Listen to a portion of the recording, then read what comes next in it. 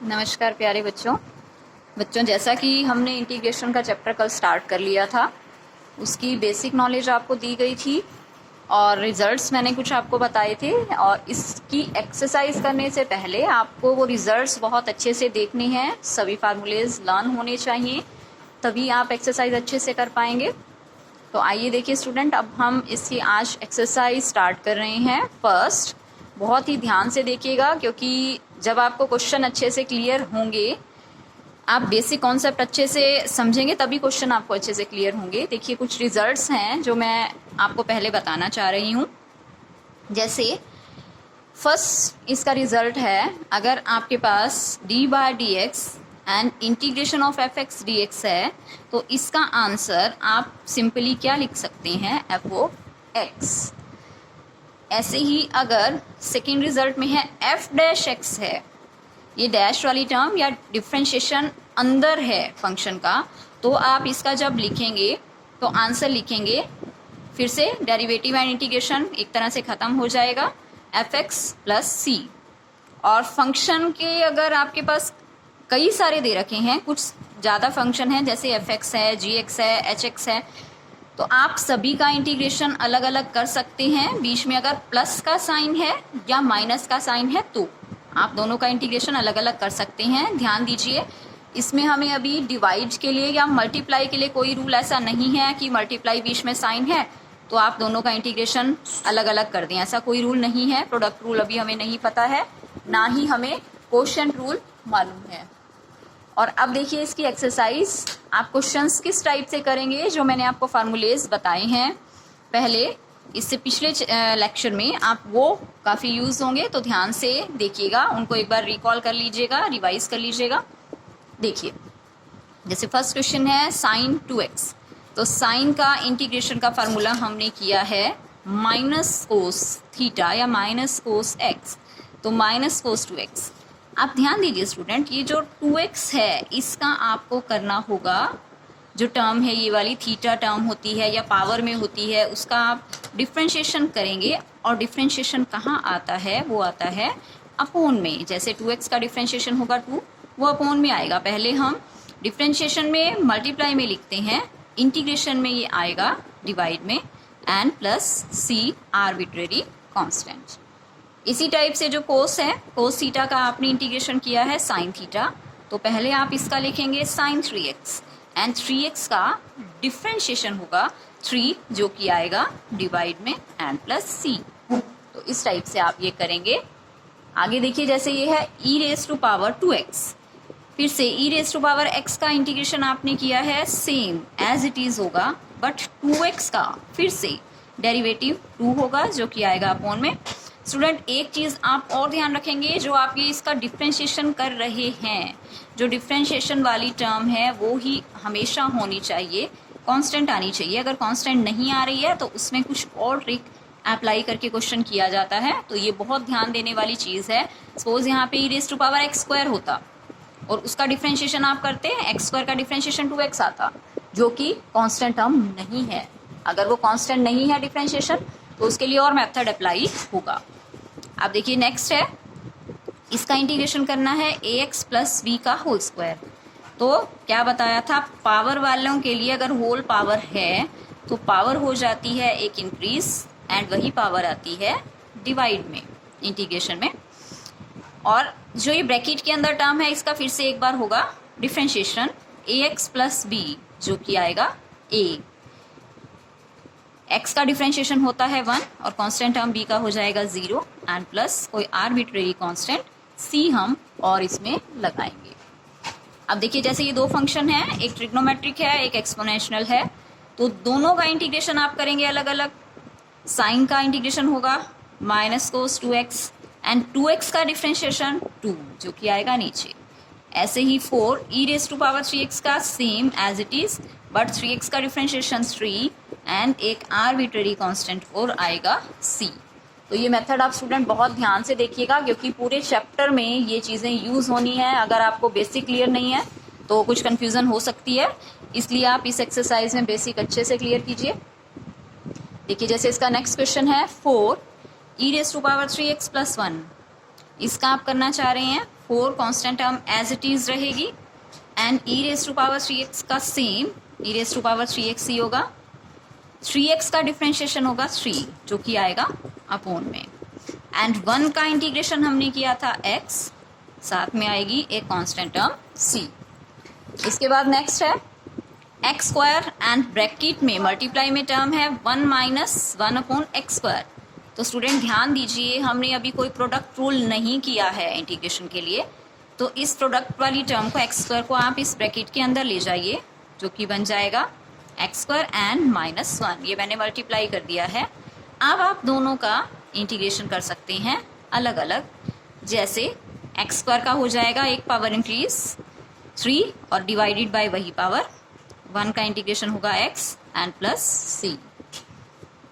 आइए अब नेक्स्ट पे आते हैं। A x square plus b x plus c, a as it is, x square का होगा एक power increase 3 and divided by 3, b as it is, x का एक्स स्क्वायर हो जाएगा, पावर इंक्रीज हो गई एक एंड डिवाइडेड बाय वही power 2, c as it is, c के साथ एक कांस्टेंट टर्म है 1, तो 1 का होता है x। एक और आर्बिट्ररी कांस्टेंट आप लगाएंगे c यहाँ पहले से, क्योंकि मालूम है आपको, तो आप d लिख सकते हैं यहाँ पर आर्बिट्ररी कांस्टेंट, या और कोई भी आप लिख सकते हैं, कैपिटल A कैपिटल B, कुछ और भी आप ले सकते हैं। नेक्स्ट क्वेश्चन है जैसे होल स्क्वायर है। अब आप क्या करेंगे, देखिए अगर आपको मैंने एक क्वेश्चन बताया था अभी ax प्लस बी का होल स्क्वायर, आपने पहले पावर इंक्रीज कर दी थी, डिवाइडेड बाय वही पावर आ गई थी, और फिर आपने ब्रैकेट वाली टर्म का डिफ्रेंशिएशन किया था। और मैंने आपको एक चीज़ और बताई है, जो आप इसमें डिफ्रेंशिएशन करते हैं वो कांस्टेंट आना चाहिए। तो आप देखिए ब्रैकेट वाली टर्म का डिफ्रेंशिएशन कांस्टेंट नहीं आएगा, तो आप इसका डायरेक्ट मेथड से नहीं कर सकते हैं, मतलब पावर डायरेक्ट इंक्रीज नहीं कर सकते हैं।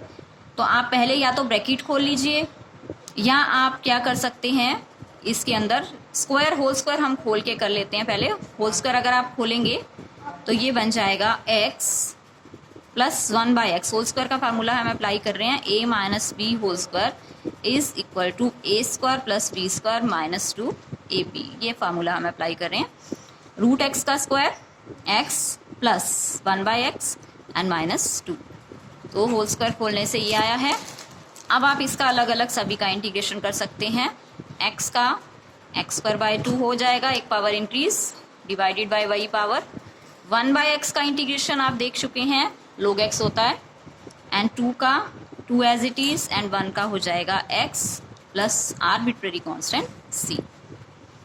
इसी टाइप से देखिए स्टूडेंट नेक्स्ट क्वेश्चन है, इसके अंदर जब आप देखेंगे एक्स स्क्वायर डिवाइड में है, तो हमारे पास डिवाइड के लिए कोई डायरेक्ट रूल नहीं है, तो आप क्या करेंगे, पहले इसको थोड़ा सा चेंज करना पड़ेगा। ये डिवाइड वाली टर्म आपको कांस्टेंट टर्म नहीं है, हटानी पड़ेगी, और वो मैं कैसे हटा रही हूँ, मैंने ये एक्स स्क्वायर सभी टर्म्स के नीचे अलग अलग लिख दिया है।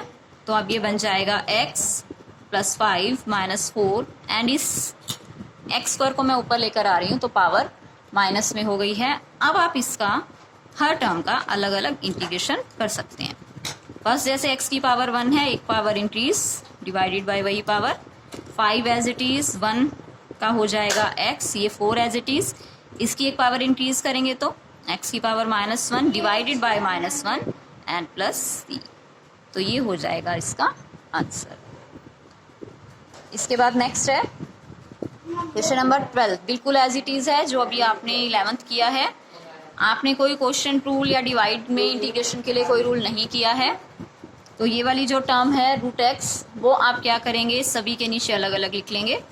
तो x की पावर 3 एंड ये पावर आप लिखेंगे -1/2 हो जाएगी, 3 एंड ये x की पावर 1/2 बचेगी, और ये 4 and x raise to power -1/2, सभी के नीचे मैंने अलग अलग लिख लिया है। अब देखिए अब क्या होगा, अलग अलग से ही इंटीग्रेशन हो जाएगा सभी फंक्शंस का।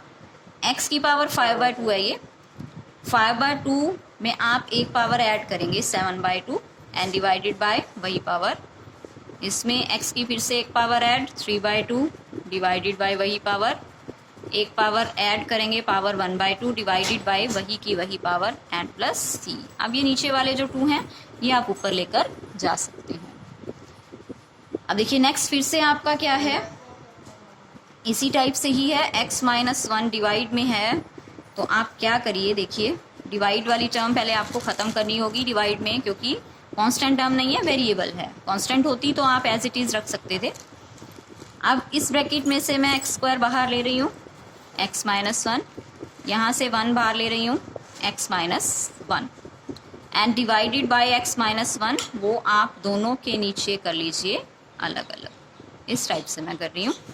ये x माइनस 1 पूरी की पूरी ब्रैकेट हो जाएगी कैंसिल, तो ये बच जाएगा x स्क्वायर प्लस 1, और इसका इंटीग्रेशन काफ़ी आप देख सकते हैं अब इजी हो गया। x स्क्वायर का हो जाएगा x cube power increase and divided by power 3, 1 का हो जाएगा x एंड प्लस c। तो इस टाइप से आप स्टूडेंट कर सकते हैं। नेक्स्ट क्वेश्चन है 14th। प्रोडक्ट रूल फिर से आपके पास नहीं है, तो ये रूट x आप अंदर लेके जा सकते हैं, x की पावर 1/2 एंड x की पावर 3/2, इसका आप अलग अलग से कर सकते हैं। नेक्स्ट है क्वेश्चन नंबर 17th। सभी टर्म्स का अलग अलग से इंटीग्रेशन हो जाएगा, जैसे x स्क्वायर का हो जाएगा x cube divided by 3, and sine का हो जाएगा माइनस कोस, मैंने ये प्लस कर दिया है, 5 as it is. Root x power 1/2 है, तो पावर एक ऐड 3/2 एंड डिवाइडेड बाय वही पावर।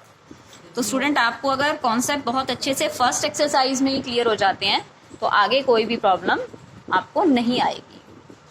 आप आगे देखिए, कुछ ट्रिग्नोमेट्रिक फंक्शंस हैं, इसमें है जैसे सीकेंट इंटू सीकेंट, पहले मैं ब्रैकेट फिर से खोल रही हूँ, secant square and secant x into tangent x.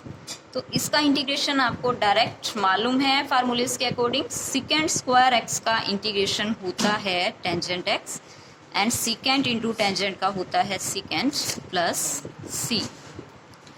Next देखिए, नेक्स्ट में क्या है, secant square and cosecant square, इसको आप कन्वर्ट कर लीजिए, सीकेंट स्क्वायर को 1 कोस स्क्वायर, कोसेकेंट स्क्वायर को 1 साइन स्क्वायर।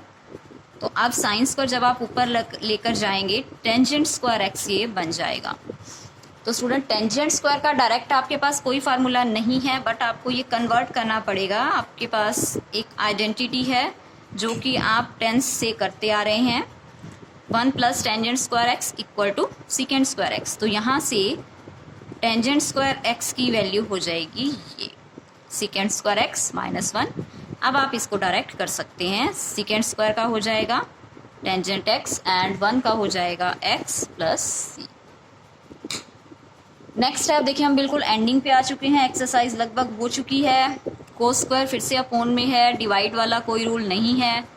कोस स्क्वायर आप दोनों के नीचे अलग अलग लिख सकते हैं, तो ये हो जाएगा पहले तो 2, कोस स्क्वायर इसके नीचे है, सीकेंट स्क्वायर 3, और साइन बाय कोस एक तो हो गया टेंजेंट एक्स, एंड एक कोस जो बच गया वो हो जाएगा सीकेंट एक्स।